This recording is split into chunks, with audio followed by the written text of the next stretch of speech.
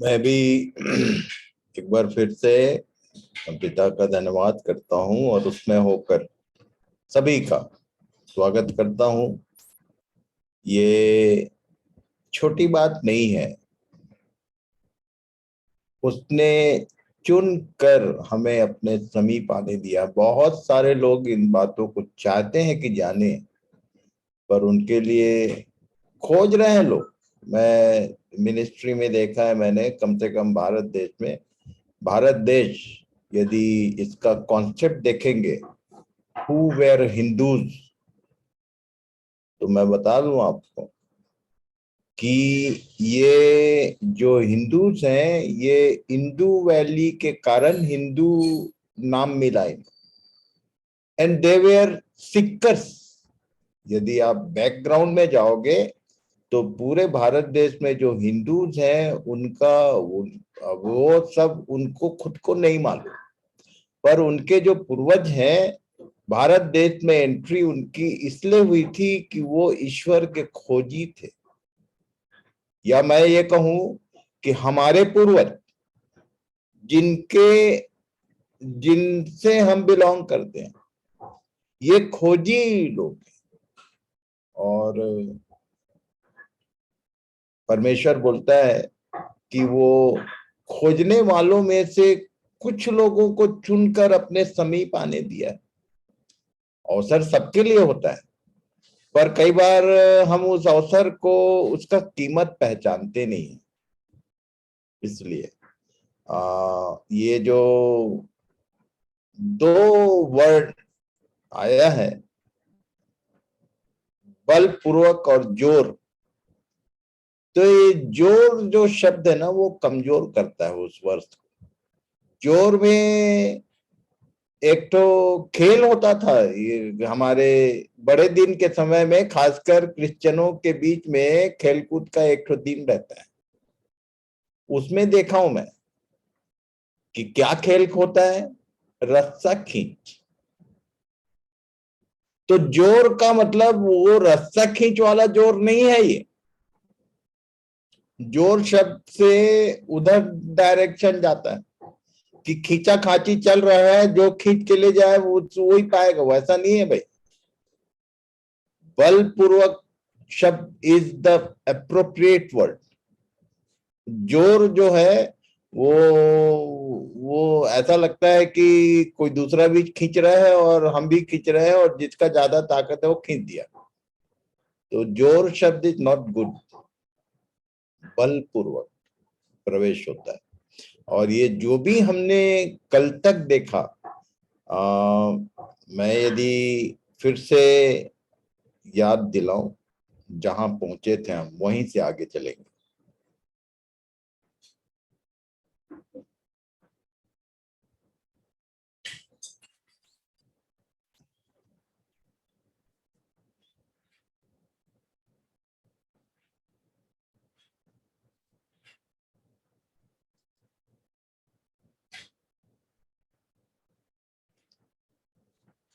कल हम लोगों ने इसी वर्ष के साथ एंड किया था कि कैसा वो अद्भुत अरेंजमेंट है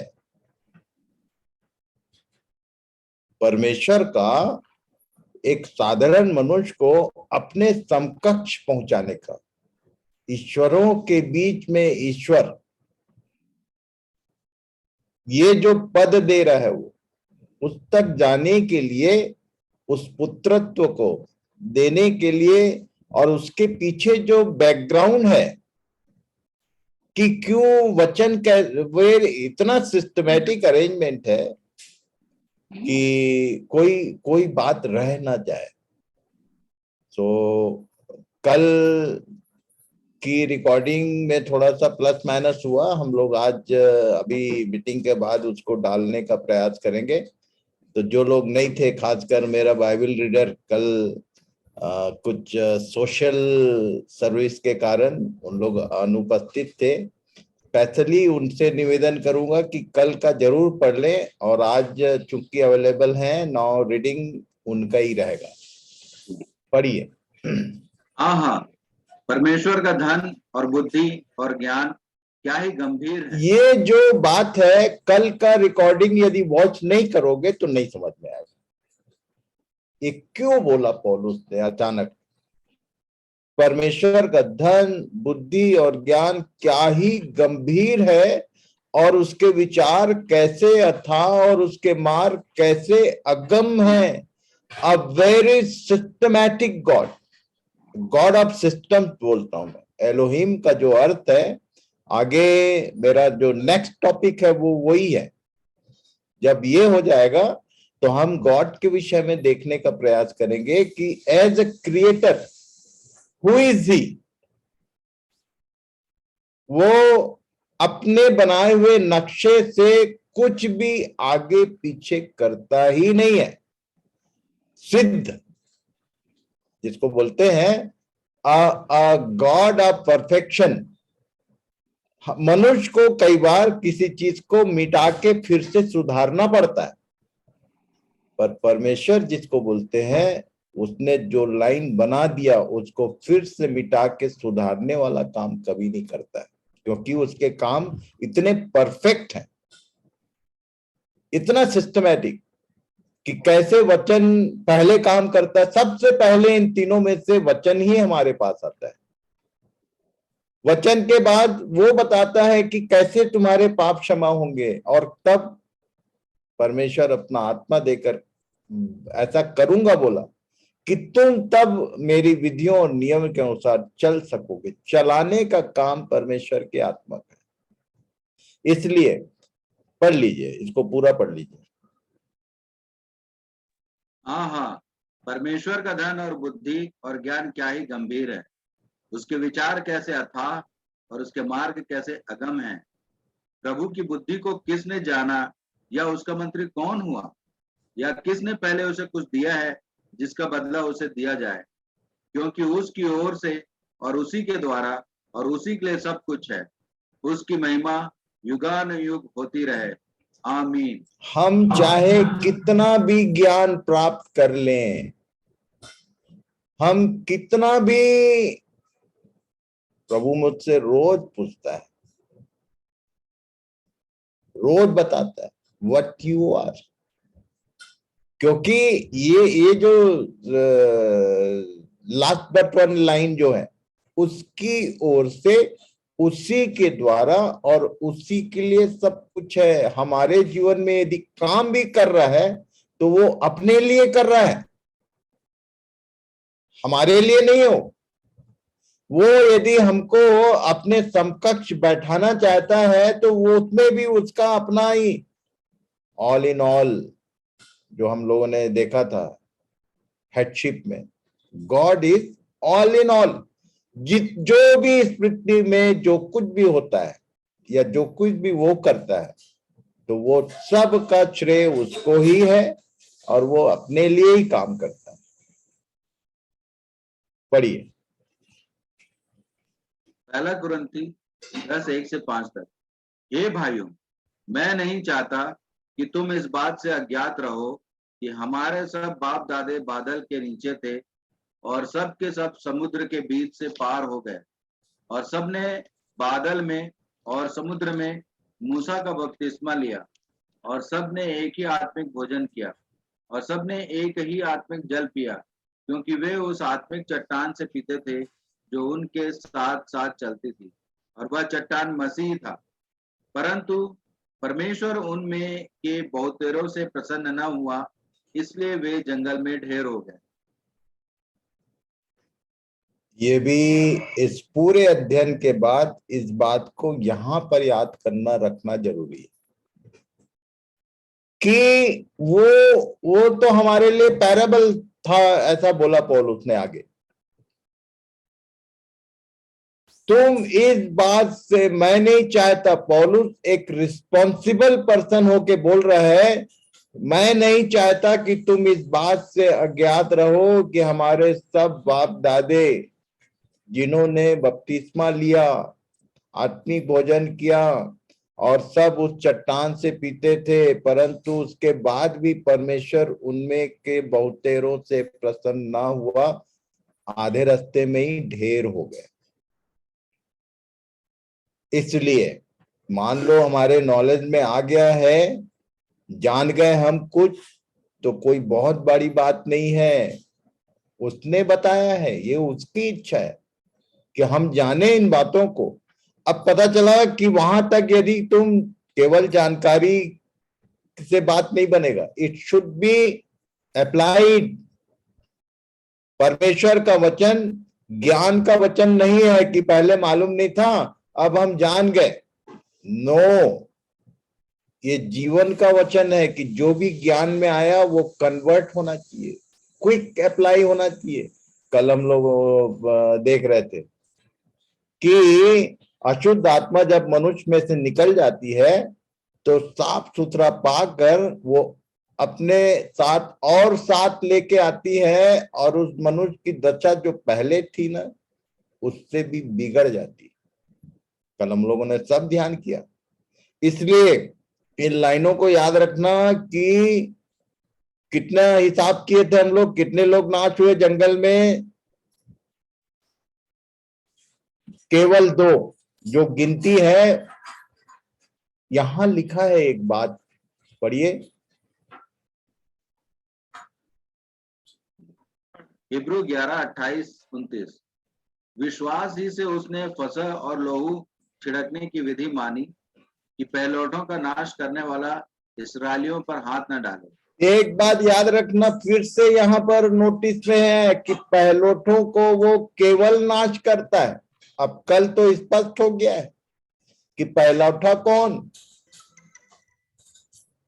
जो हमारा शरीर है वो हमारे भीतर इस्माइल है, और जो हमारा आत्मिक जीवन है, कल का वीडियो ठीक से वॉच करना, 10 20 30 बार, कहानी नहीं सुनाया हूं मैं। पहलौठों का नाश करने वाला नाम है उसका, जो लहू और मांस को केवल नाश करता है। जब तक हमारी आत्मा इस देह में है तब तक वो थोड़ा कुछ हेल्प करता है। कई बार हमारी शारीरिक दशा आत्मिक होने के बाद भी कमजोर पड़ती है। जितने प्रभु के लोग ध्यान करना, क्योंकि वो परमेश्वर आत्मा है और वो संबंध हमारी आत्मा से रखता है। ये घर, ये देह जो है डेरा तरीका घर समझाया, कुछ दिन के लिए घर मिला है।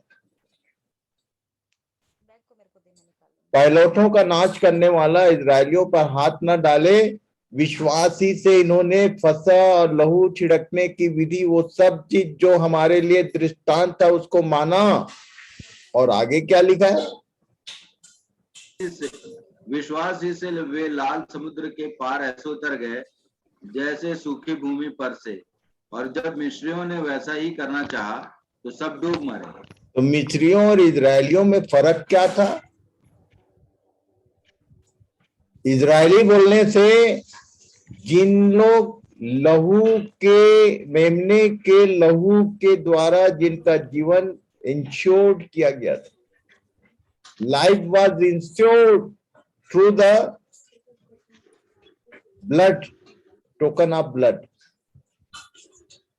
इसलिए वो लाल समुद्र के पार हुए। और ये लाल समुद्र क्या है भैया? इसको बपतिस्मा बोलते हैं। मिस्री लोग भी जब वैसा ही करना चाहे जो लहू की छाप के नीचे नहीं थे, जिन्होंने बिना लहू को अप्लाई किए, बिना क्षमा प्राप्त किए यदि बपतिस्मा लिया, तो तुमको कौन मरने से बचाएगा?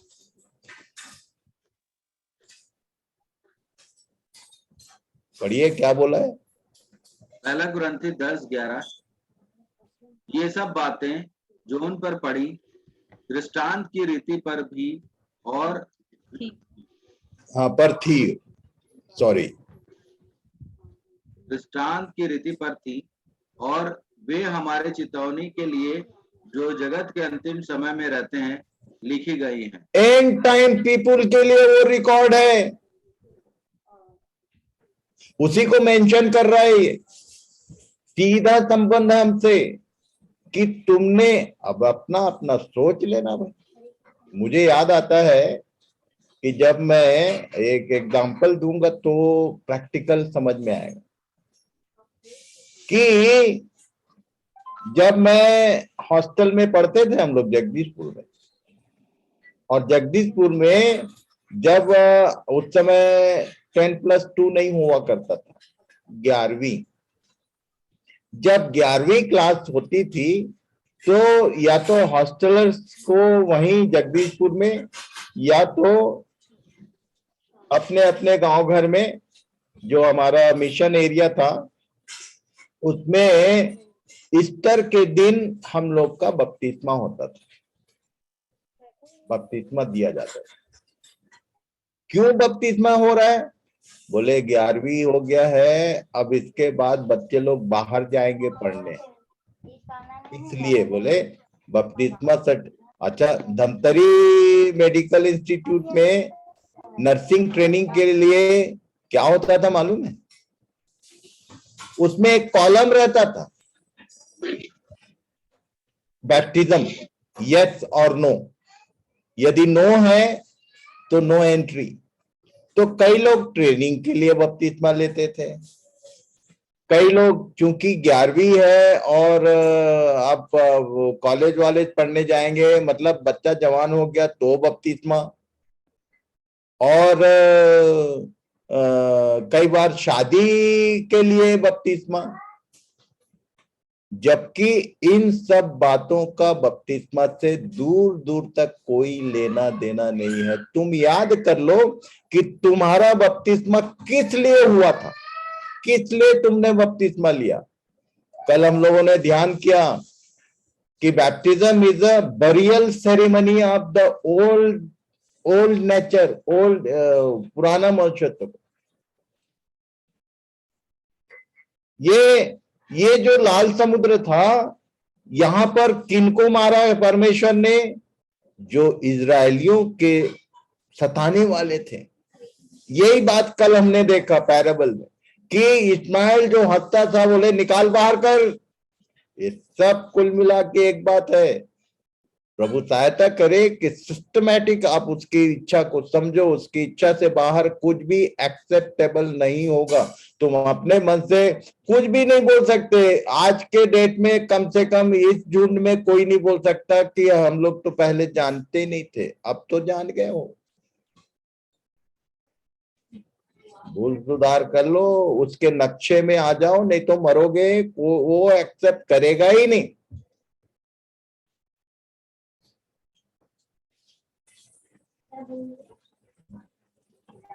अब मान लो नया जन्म हो गया, आफ्टर रीजनरेशन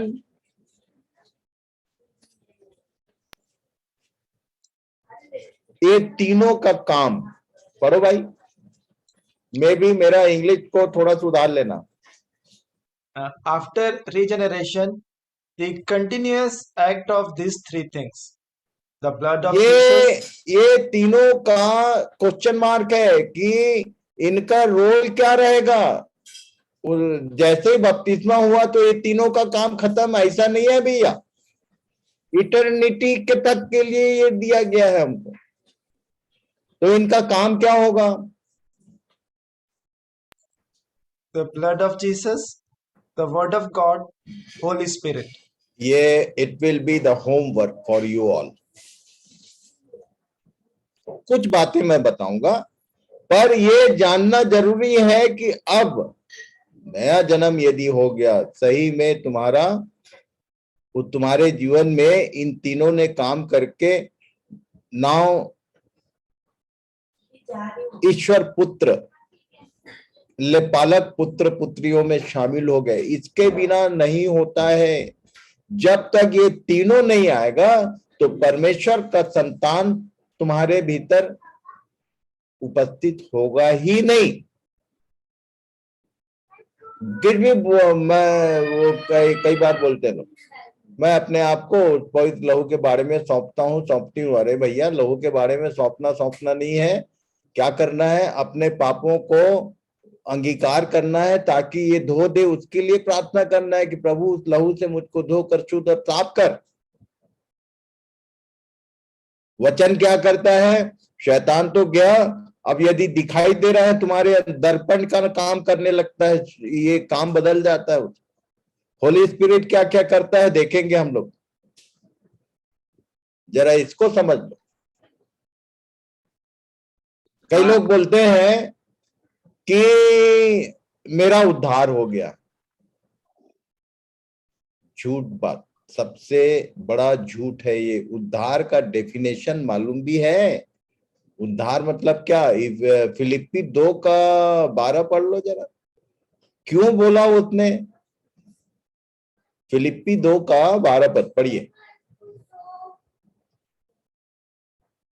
ये कलीसिया को लिख रहा है। फिलिप्पी 2:12, सो हे मेरे प्यारों, जिस प्रकार तुम सदा से आज्ञा मानते आए हो, हाँ, एक मिनट वैसे ही अब एक भी मिनट न केवल मेरे साथ रहते हुए, पर विशेष करके अब मेरे दूर रहने पर भी डरते और कांपते हुए अपने अपने उद्धार का कार्य पूरा करते जाओ। See the language. किनको एड्रेस किया? किनको एड्रेस किया? सो हे मेरे प्यारो, इतना बोल के रुका नहीं है वो। उस एड्रेस में आगे एक कैटेगरी है, जिस प्रकार तुम सदा से आज्ञा मानते आए। बीच में तो हम लोग डिसोबीडियंस देखते हैं। वो बोला कुछ, करते कुछ, वो बोलता कुछ, हम करते कुछ। हमारा मन, मेरा मन। Are you really his obedient child? कि हमेशा तुम डरते कांपते हुए उसकी बात को मानने के लिए तैयार रहते हो एक कदम? जिस प्रकार तुम सदा से में क्या, फिर से पढ़ना भैया उसको।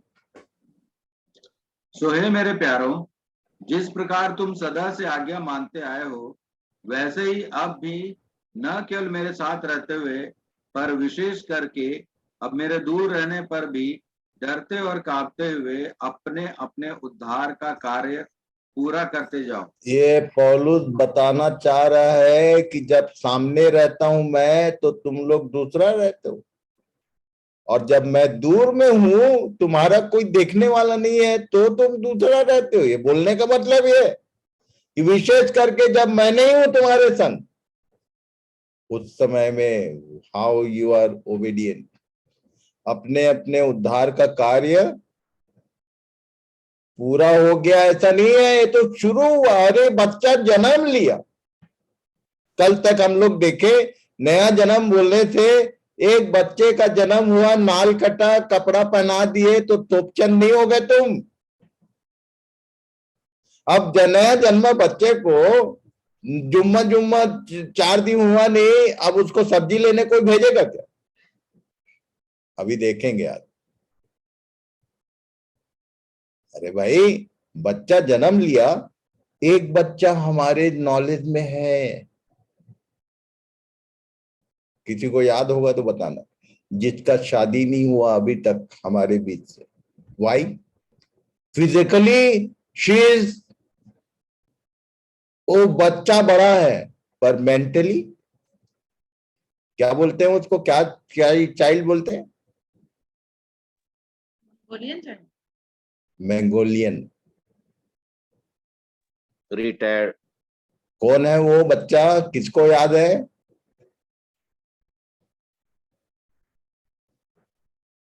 किसी को याद है?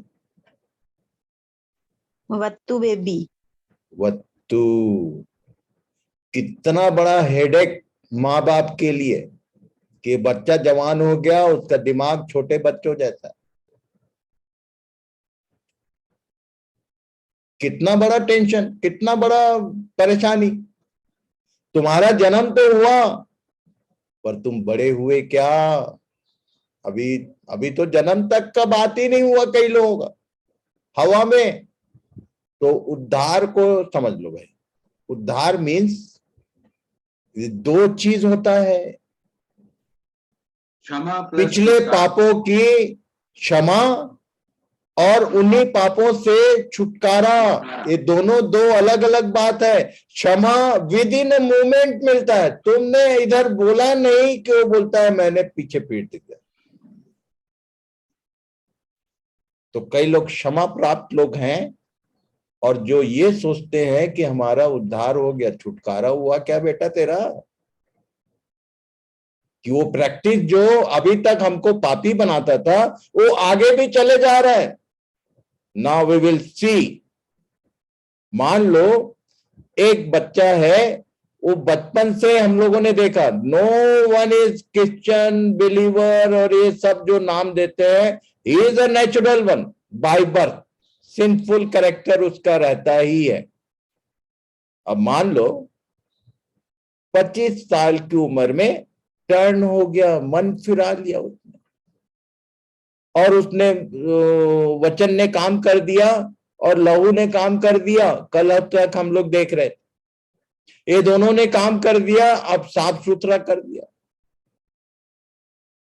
तो बाकी का लाइफ लाइन कितना है भाई? वहां तक जाएगा कि नहीं? पर एक स्टैंडर्ड है बाइबल का 70 या 80। तो 80 साल वहां तक जाते जाते तुम्हारा जीवन क्या होना चाहिए?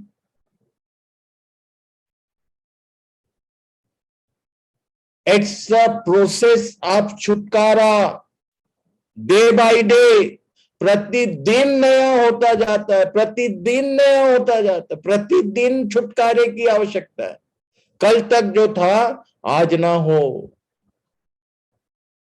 This is called the process of salvation.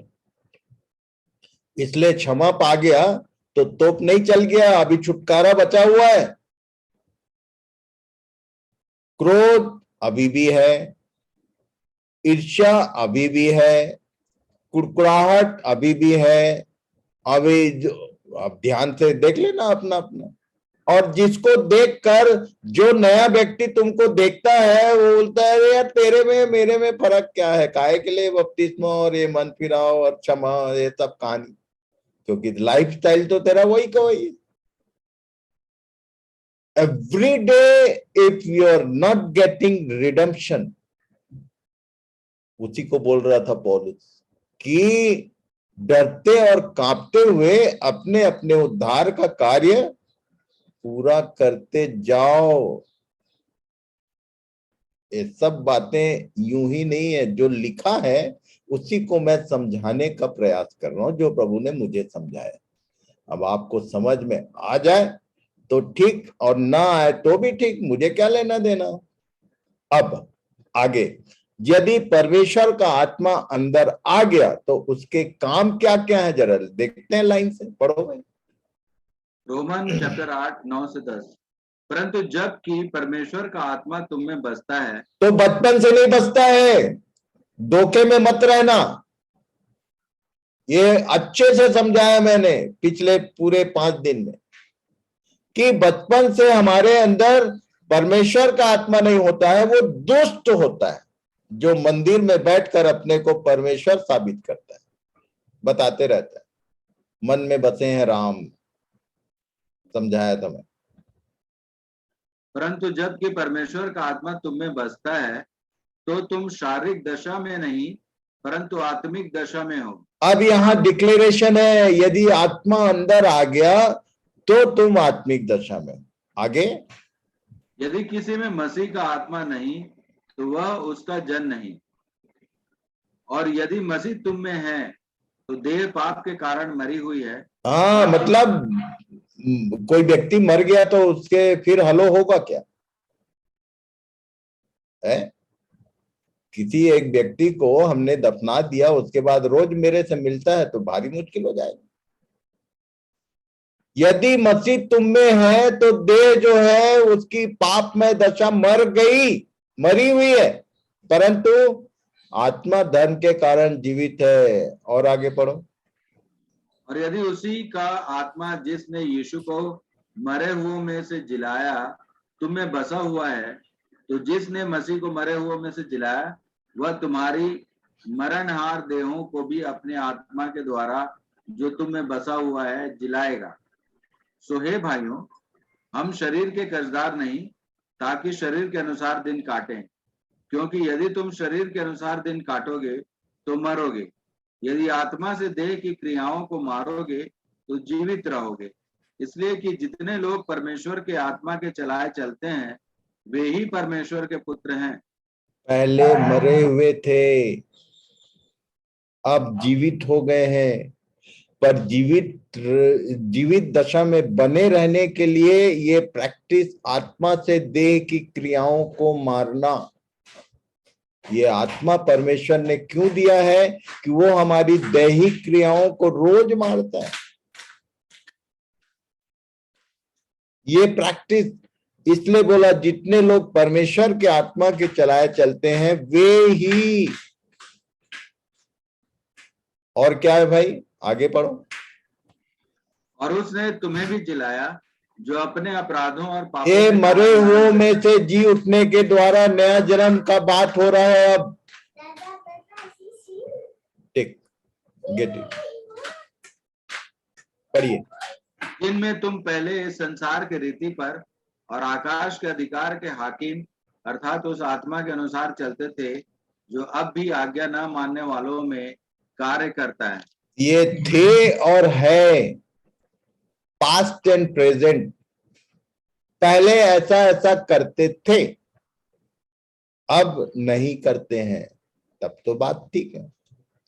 इनमें आगे बोल रहे हैं, हम भी सबके सब लोग ए टू जेड, सब के सब पहले, पढ़िए, अपने शरीर की लालसाओं में दिन बिताते थे और शरीर और मन की मनसाएं पूरी करते थे और लोगों के समान स्वभाव ही से क्रोध की संतान थे। परंतु परमेश्वर ने जो दया का धनी है, अपने उस बड़े प्रेम के कारण जिससे उसने हमसे प्रेम किया, जब हम अपराधों के कारण मरे हुए थे तो हमें मसीह के साथ जिलाया। अनुग्रह ही से तुम्हारा उद्धार हुआ है और मसीह यीशु में उसके साथ उठाया और स्वर्गीय स्थानों में उसके साथ बैठाया। ये जो अपराधों के कारण मरे हुए थे, हमें मसीह के साथ जिलाया। इसका मतलब क्या है? मरना और जिलाया जाना, इसका मतलब क्या है? तो आप याद करो, आदम और हवा को बोला था कि यदि तूने फल खाया तो मर जाएगा। वो वाला मरना जीना है कि तुम परमेश्वर से अलग, उसकी संगति से अलग कर दिए गए थे। अब मसीह के साथ जिलाया का मतलब यीशु मसीह में फिर से वो संगति हमारी पिता के साथ जोड़ा, संबंध बनाया। इसी को बोलते हैं अनुग्रह ही से तुम्हारा उद्धार हुआ है और मसीह यीशु में उसके साथ उठाया और स्वर्गीय स्थानों में बैठाया। बैठाएगा नहीं बोलता, यही इसी जीवन में वो जगह देता है। वो आगे पढ़िए। ये परमेश्वर के आत्मा का काम देख रहे हैं हम लोग। यूहन्ना 14 उसका 26वां पद। परंतु सहायक अर्थात पवित्र आत्मा जिसे पिता मेरे नाम से भेजेगा, वह तुम्हें सब बातें सिखाएगा और जो कुछ मैंने तुमसे कहा है वह सब तुम्हें स्मरण कराएगा। जो बुजुर्ग लोग हैं, तुम सुन लो मेरी बात। कहाँ लिखा है यादें नहीं आ रहा है, तो परमेश्वर का आत्मा एक्शन में नहीं है, याद रखना। वह सब तुमको स्मरण कराएगा। ये जुड़ा हुआ है उसके काम के साथ। बी केयरफुल, दोबारा बोलना नहीं। लिखा तो है पर कहाँ लिखा है याद नहीं आ रहा है। तो परमेश्वर के आत्मा का उसका जो क्रिएटिव एक्ट है, जो बोला था उसने, जो कुछ मैंने, हाँ, किनको याद दिलाता है मालूम है? जिस वचन ने तुमसे बात किया है उसी को याद दिलाएगा। ऐसा नहीं कि बाइबल में जहां भी कुछ लिखा है तो याद दिला देगा। जो वचन मैंने तुमसे कहा है का मतलब जिस वचन ने तुमसे बोला है उसी को याद दिलाएगा। समझो इसको पहले। ज्ञान की बात कभी ये नहीं याद दिलाएगा, खोदते रहो तुम। जिस वचन ने तुम्हारे जीवन में एक्टिव वर्क किया है, एक्शन में लाया तुम्हारे, वो एक बात बता दूं मैं, जब कल परसों बता रहा था शायद, कि जब आदमी गाड़ी सीखना शुरू करता है तो कुछ चीज ध्यान में नहीं रहता है, कभी क्लच दब जा रहा है, कभी क्लच के बदले ब्रेक लग जा रहा है, कुछ भी होते रहता है शुरू में। पर परमेश्वर ने हमको, हमारी रचना ही ऐसी की है, माइंड सेट हो जाता है तो उसके बाद अपने आप सब ऑटोमेटिक सिस्टम काम करता है। पैर अपना काम अपने समय पर कर रहा है, हाथ अपना काम अपने समय पर कर रहा है, सब चीज अपने अपने परमेश्वर की उसका काम ही ऐसा अद्भुत है। इसलिए परमेश्वर के आत्मा के काम को ध्यान में रखना कि जिस वचन ने तुमसे बात नहीं किया वो कभी जिंदगी में याद नहीं आएगा। या यदि तुम बोलते हो ना कि ये वाला वो कहाँ लिखा है, तो मैं जान जाता हूं कि इस वाले लाइन ने इससे बात नहीं किया है, इसलिए याद नहीं आया। 101% आई नो, क्योंकि वो बोला था वो सब बातें सिखाएगा और जो कुछ मैंने तुमसे कहा है उसी को स्मरण दिलाएगा। जिस वचन ने तुमसे बात नहीं किया तुम कुछ भी कर लो, ये याद नहीं आएगा कहाँ लिखा कहाँ लिखा। बहुत सारे लोग मेरे से पूछते हैं कि ये वाला वचन कहाँ लिखा है भैया, तो मैं तुरंत बता देता हूं, पर मैं जान जाता हूं कि इस वचन ने इससे बात नहीं किया, इसलिए उसको याद नहीं आया। आगे पढ़ो। यूहन्ना 15:26। परंतु जब वह सहायक आएगा जिसे मैं तुम्हारे पास पिता की ओर से भेजूंगा, अर्थात सत्य का आत्मा जो पिता की ओर से निकलता है, तो वह मेरी गवाही देगा। वो उसी की बात करेगा, उसी की बात करेगा। वो क्या किया, वो क्या कर रहा है, आगे क्या करेगा। 3 प्रकार की आत्माएं हैं। कहां पर बताया था मैं कि नहीं बताया हूं, मुझे ध्यान नहीं आ रहा। There are 3 type of spirits जिसके द्वारा आदमी पोजेस्ड रहता है। पहला कुरिन्थी 2:11-12 पढ़ो भाई। मार्क लगवाता हूं मैं कई बार, पढ़ लो 11-12।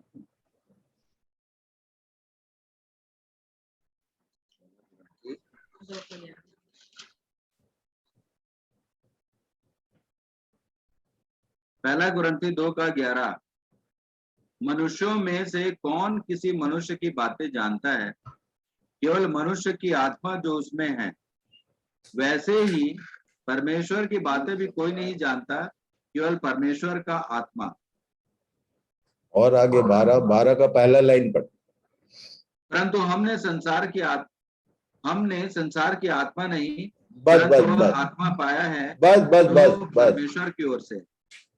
यहां लिखा है, एक तो मनुष्य की आत्मा अंडरलाइन कर लो, दूसरा परमेश्वर का आत्मा ये अंडरलाइन कर लो, और तीसरा संसार की आत्मा। अब जरा इसको समझ लें कि मनुष्य की आत्मा यदि एक्शन में है तो तुमको केवल मनुष्य की बातें याद आती हैं। वो मनुष्य के बारे में बताता है, फलाना ऐसा, दिखाना ऐसा, वो ऐसा, ये ऐसी, तो यही चलता रहता है सुबह से शाम तक। परमेश्वर, मनुष्य का आत्मा मनुष्य की बातें करता है।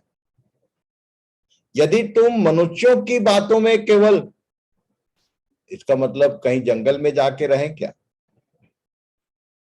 नहीं, मनुष्यों की बातें इनके सबकी सीमाएं होनी चाहिए कि जहां तक जरूरत है वहीं तक मनुष्य की बात करो। परमेश्वर का आत्मा परमेश्वर की बातें बताता है कि वो क्या किया है, क्या कर रहा है, क्या करने वाला है। उसी की बात यहाँ यीशु कह रहा था, वह मेरी गवाही देगा, मेरी बातों में से बताएगा।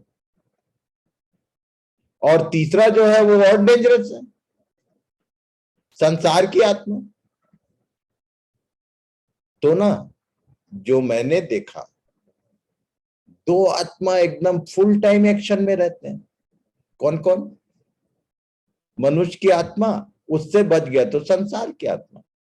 या तो हम मनुष्यों के बारे में गुम रहते हैं, या तो संसार के जो कॉस्मिक वर्ड है, ये चाहिए, वो चाहिए, गाड़ी चाहिए, घोड़ा चाहिए, घड़ी चाहिए, घर चाहिए, बस इसी में मगन रहता है। परमेश्वर में मगन हो क्या, तो परमेश्वर का आत्मा आएगा तो वो ही काम करेगा। वो परमेश्वर की बातें बताते रहते। तुम कहीं भी किसी भी काम में रहो, वो यदि बात करेगा तो वो परमेश्वर की बात करेगा।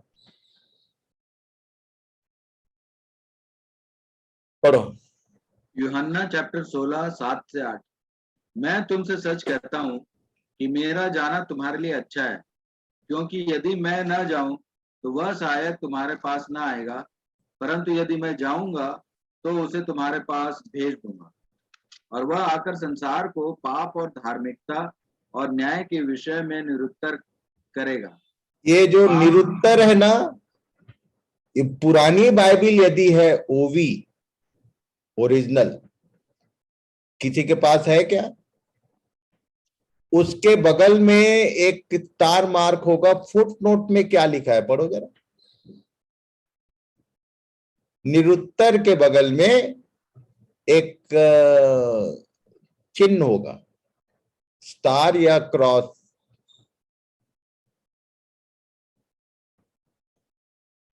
कायल कायल, कायल करेगा, निरुत्तर नहीं। ये सब चीज हमको मालूम होना चाहिए। कायल का मतलब क्या होता है? What will be the English in कायल का इंग्लिश क्या होगा मन? कॉन्विक्ट। कन्वेंस करेगा तुमको। किस विषय में? तो पाप, धार्मिकता और न्याय के विषय में। निरुत्तर गलत शब्द है। वो परमेश्वर का आत्मा आएगा तो कन्विंस करता रहता है, कन्विंस करता रहता है कि दिस इज सीन, इधर गलत है, इधर गलत है। उसका उपाय क्या है? धार्मिकता और तब न्याय। आगे पढ़ लो भाई। यूहन्ना 16 12 से 15। मुझे तुमसे और भी बहुत सी बातें कहनी है, परंतु अभी तुम उन्हें सह नहीं सकते। परंतु जब वह अर्थात सत्य का आत्मा आएगा तो तुम्हें सब सत्य का मार्ग बताएगा। तो कहने का मतलब जो मैंने दो स्थितियां बताया था, with and in, whenever the spirit will be with you, तो उसका लिमिटेशन होगा, याद रखना। क्योंकि तुम उस लायक ही नहीं हो, तुम्हारे पास वो सामर्थ्य नहीं है कि वो सब बात बता दिया जाए तो पता चला हार्ट अटैक हो गया, कैपेसिटी से बाहर हो गया। ये बोल रहा था अभी तुम उनको सह नहीं सकते, तुम उस लायक ही नहीं हो, पर जब वो सत्य का आत्मा आएगा तो तुमको सारी बातें समझाएगा। When that spirit will enter in your inside,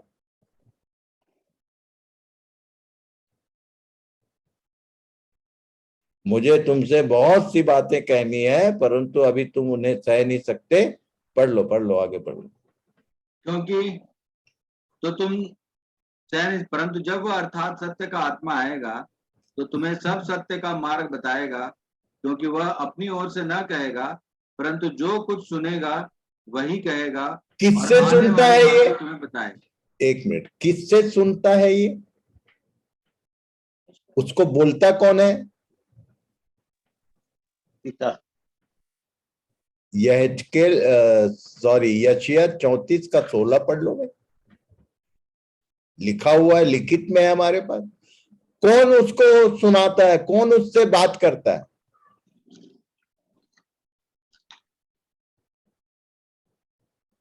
यशायाह 34 16, हाँ ठीक है, 34 का 16। 34 का 16। यहोवा की पुस्तक से ढूंढ कर पढ़ो, इनमें से एक भी बात बिना पूरा हुए न रहेगी, कोई बिना जोड़ा न रहेगा, क्योंकि मैंने अपने मुंह से यह आज्ञा दी है और उसी की आत्मा ने उन्हें इकट्ठा किया है। मैंने आज्ञा दी है और उसी की आत्मा ने उन्हें इकट्ठा किया है। तो परमेश्वर के स्पोकन वर्ड को, अच्छा एक बार एक शादी में मैं सुना, कोई बिना जोड़ा न रहेगा बोल के आदमी शादी का संदेश दे दिया। मैं बोला भयंकर भयंकर लोग, इंटरप्रीटर लोग हैं। This is not connectivity about human being. वो परमेश्वर के वचन की बात बोल रहा है कि हर वचन कहीं ना कहीं ये जुड़ा हुआ है, सब इंटरकनेक्टेड। चेन, एक बाइबल ही आती है, चेन रेफरेंस बाइबल। ये वर्ष कहाँ जुड़ा तो वहां जुड़ा, वहां से वहां गया, वहां। अभी हम लोग तो इस पूरे अध्ययन में जब भी अध्ययन करते हैं तो जब वर्सेस प्रॉपर कनेक्ट किए जाते हैं तो सही समझ में आता है कि बोलना क्या चाहता है।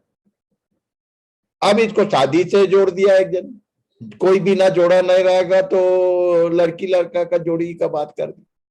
ऐसा ऐसा तो हिसाब रहता। ढूंढ कर पढ़ो, जो भी बात बोला है प्रोफेटिक मैटर है सारा, बिना पूरा हुए ना रहेगा और कोई बिना जोड़ा ना रहेगा। मतलब ये वर्सेस जितने जो हम पढ़ते हैं ये सब इंटरकनेक्टेड है। फाइन मदरबोर्ड है ये, कंप्लीट बाइबल नाम की किताब। और क्या लिखा,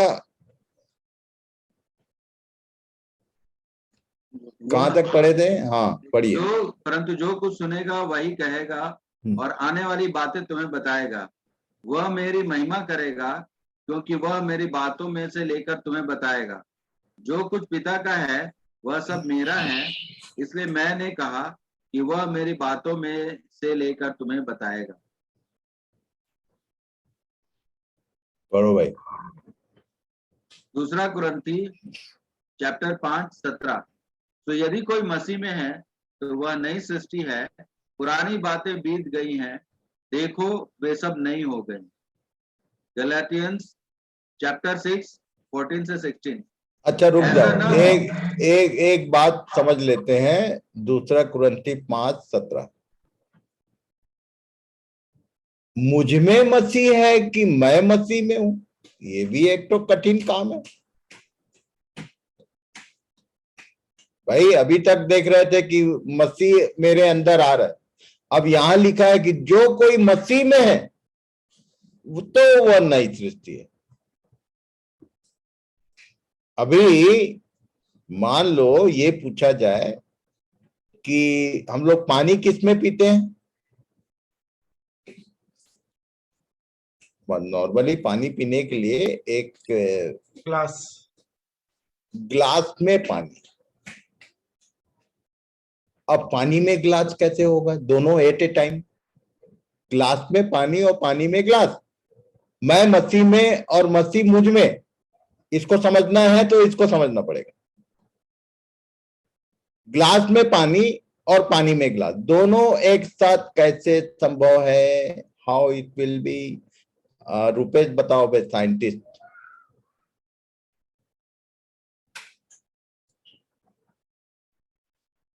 how it will be possible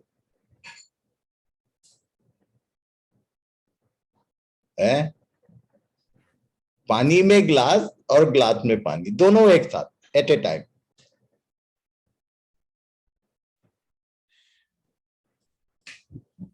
अच्छा एनीवन, कोई बताओ। वेरी साइंटिफिक, छोटा सा बात है पर एकदम वही है। ये पहला सॉरी यूहन्ना 15 में बोला है कि मेरी बातें तुम में और तुम मुझ में, तभी फलवंत होगे। हाँ छोटू बोलो। छोटू बोल रहा है कि बाप बोल रहा है? हाँ, गिलास में पानी है और गिलास पानी सहित पानी के अंदर डूबा है। मतलब जो बर्तन है उसको पानी में डुबा दो तो दोनों हो गया। यस, गुड, सही, राइट आंसर। तो हम बर्तन है और हमको ये जो जीवन का जल हमारे हाथ में है इसके भीतर डुबा दो। It's a divine baptism, immersed, a man is immersed in the word of God, then only this is possible. इसलिए जब जब हम कोई चीज पढ़ते हैं ना, ये में से बिंदु मात्रा का वैल्यू बोला है तो वैल्यू है मीन्स है। यदि कोई सही में डूब गया उसमें, मोती कहां मिलता है भाई? मोती कहां मिलता है? गहरे में। अब यदि कोई डूब गया ना, यदि पानी के भीतर चले जाओ, मालूम है समुद्र का नेचर है, ऊपर ऊपर आंधी तूफान लहरें और लफड़ा रहता है। यदि एकदम नीचे जहां मोती मिलता है चले जाओगे ना, तो यू कैन वॉक, पानी हिलता डुलता नहीं है, एकदम स्थिर होता है समुद्र में नीचे पानी, कोई मूवमेंट नहीं रहता हो। तुम उस डेप्थ में यदि जाओगे, ऊपर ऊपर रहोगे तो कचरा मिलेगा, और ऊपर ऊपर रहोगे तो थोड़े देर में समुद्र का पानी तुमको ओमिट कर देगा, बाहर नजर कचरा के रूप में तुम भी किनारे आ जाओ। इसमें भी घुसने के लिए मोती पाना है तो फोर्स चाहिए, reversible force is there in the water. परमेश्वर के वचन में भी घुस के कुछ खोजना है तो तुमको दबाव सहित बल पूर्वक जाना पड़ेगा।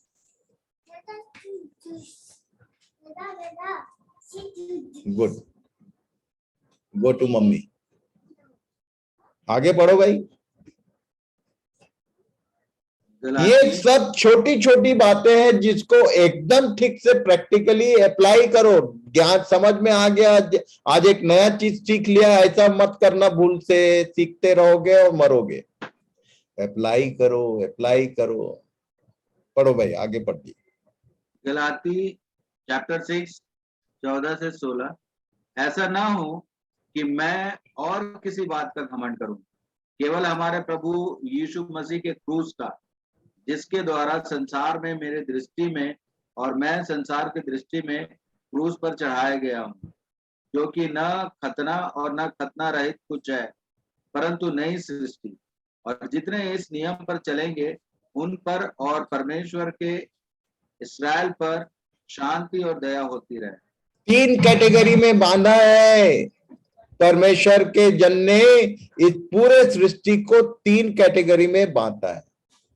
कुछ लोग यहूदी हैं, बुलाए हुए लोग, चुने हुए, कुछ लोग अन्य जाति हैं, खतना रहित, पर ना यहूदी ना यूनानी, पर जो नई सृष्टि उसी की वैल्यू है। नई सृष्टि ही नई सृष्टि में प्रवेश करेगी।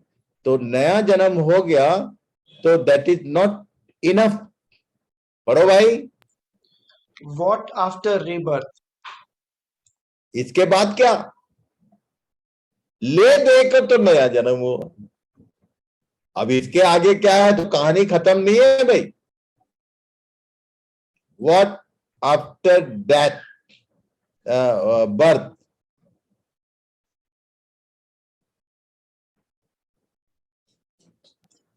Growing in the new life. वत्तु को याद रखना, कोरबा के लोगों को वत्तु चंद भैया की जो बेटी है वो एक मॉडल है, याद रखना, एक मॉडल है हमारे बीच। तुम परमेश्वर के लिए परेशानी का कारण मत बनो। कई लोगों का बाढ़, मान लो किसी के घर में बच्चा पैदा हुआ और वो प्रॉपर जिस हिसाब से बढ़ना चाहिए यदि नहीं बढ़ा तो वो पेरेंट्स के लिए क्या होगा बताओ? जो भी उनकी क्षमता होगी सब कुछ उसके लिए करने का प्रयास करेंगे, पर उसका ग्रोथ प्रॉपर होना चाहिए।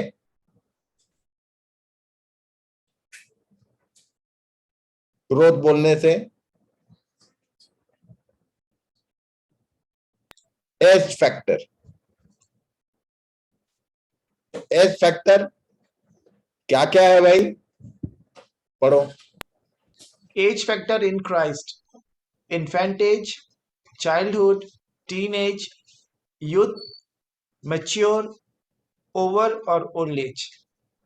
हिंदी में भी जरा ट्रांसलेट करो, जरा देखूं तुम्हारा ट्रांसलेटर। मसीह में हमारी आयु, नवजात, बचपन, लड़कपन, जवानी, परिपक्वता और बुजुर्ग अवस्था, सयानापन। सयानापन। और वो इन्फेंट के लिए क्या बोले? नवजात, नवजात शिशु बोलते हैं, शिशु अवस्था, शिशु अवस्था, शैशव काल, देन बालकपन, देन लड़कपन, टीनेज, लड़कपन, देन जवानी। कहां से होता है? 20 से जवानी शुरू होती है। कई बार कई लोग शरीर में कोई बच्चा थोड़ा बड़ा हो गया तो बोलते हैं इतना बड़ा जवान है, समझ में कुछ नहीं आता है। तो मैं बोलता हूँ माँ बाप को देखता हूँ ध्यान से कि इनको नहीं मालूम कि ये तो अभी लड़कपन में, जवान कहाँ हो गया, शरीर में तुमको इसको ध्यान रखने का है। कहां से कहां तक? अब जरा टीचर्स जितने जो एजुकेशनल सेक्शन में, इन्फेंट एज कहां से कहां तक? शरीर, शारीरिक देख ले पहले, क्योंकि शारीरिक जन्म, बर्थ इज एकदम डेमोन्स्ट्रेशन है आप न्यू बर्थ, रीबर्थ। तो वैसे ये जो एज फैक्टर है ये भी हमारे लिए एकदम एग्जैक्टली बाइबल के शब्दों में अभी देखेंगे हम है। कहां से कहां तक इन्फेंट भाई? मैनू 0 से 2 साल या 6 महीना भी हो सकता है इन्फेंट मेरे ख्याल से। तुम्हारे ख्याल से ना भाई, देखो दो दो साइंस है, एक तो मेडिकल साइंस और दूसरी बात ये क्या बोलते हैं उसको, तो क्या बोलते हैं उसको, जो एजुकेशनल सोशल वे पे। अच्छा रुक जाओ, प्रोफेसर है हमारे बीच में रुपेश, तुम जो बताओ भाई, थोड़ा शरीर के बारे में बहुत पढ़ाते हो, जरा मेरा क्लास में हेल्प करो। Infant age 0 to 2 years. 0 to 2, it is new. Old time पे कहां से कहां तक था मालूम है? 11 कितने months. साल में पहली क्लास में भर्ती होता था हम भाई? 5 साल तक। 5। तो 1 से 5 तक ये था दूध पीने की अवस्था। अभी तो 2 ही साल में रोटी खिलाना शुरू कर देता, दाल पिलाना शुरू कर। पहले जो नेचुरल लॉ था originally 1 to 5 it was infant age, then 6 to 12 it is childhood. अब आगे बताओ टीन एज कहां से कहां तक? इसको तो बच्चे लोग भी बता देंगे। 13 से 19 तक, टीन 13 13 to 19, इसको इसको जवान भूल के मत बोलना। और ये बहुत डेंजरस एज होता है। आदमी अपने को कुछ कुछ समझता है कि now I am young. Young पंग नहीं है भैया तुम, इनकी बात माननी ही नहीं है, ये मानने लायक नहीं होता है कुछ भी। टीन एज बहुत डेंजरस होता है। उसके बाद 20 साल से जवानी शुरू होती है। कहां तक? बोलो ना भाई। 40 तक, 20 से 40। उसके बाद आगे आगे मैच्योरिटी 40 से 60 तक, 41 से 60। 41 to 60 it is age of maturity. तुम यदि 40 के भी हो गए हो या 40 टच कर रहे हो तो बहुत मैच्योर हो गए हो, ये झूठ बात। साइंटिफिक कैलकुलेशन है। और तब 60 to 80, अभी बहुत सारे हमारे सफेद बाल वाले सब, मैं भी आ गया हूं उसी में, 67 रनिंग है मेरा है। ओवर एज, ओवर एज आते साथ क्या होता है मालूम है? अब हेम भाई को देखते रहता हूं मैं, वो स्क्रीन में देखते हैं तो आंखी को पूरा जोर लगाना पड़ता है तो दिखता है, आंख कमजोर। हेमंत भाई का तो सब जानते हैं। ये ओवर एज। एक जन जवान है हमारे बीच में अभी, एकदम स्टंट।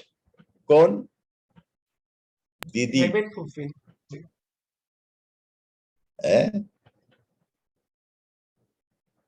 पर एक बात बता दूं मैं, बाइबल में इन सब का वर्णन है इन क्राइस्ट, और over age is not there.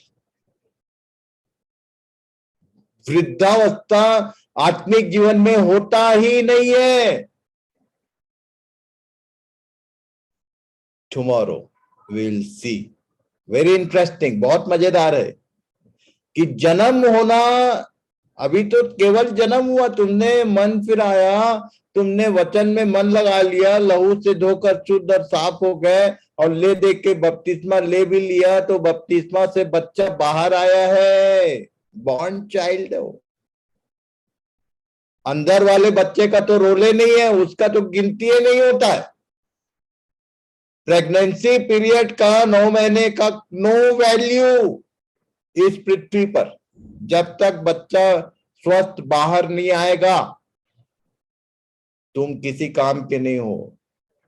और कभी कभी एक तो भारी धोखा होता है, मेडिकल वाले जानते हैं कि बच्चा है बोल रहे हैं, 9 महीना हो गया, 10 महीना हो गया, 12 महीने हो गया, पता चला कि ऑपरेशन करके निकाले तो बच्चा नहीं था, वो तो एक तो मांस का गोला था। बी केयरफुल, ये सारी बातें पॉसिबल है। जो जो चीज शारीरिक जीवन में होता है वो डेमो है। So God bless you all. कल हम लोग एज फैक्टर में एंटर करेंगे। What Bible says about all these edges.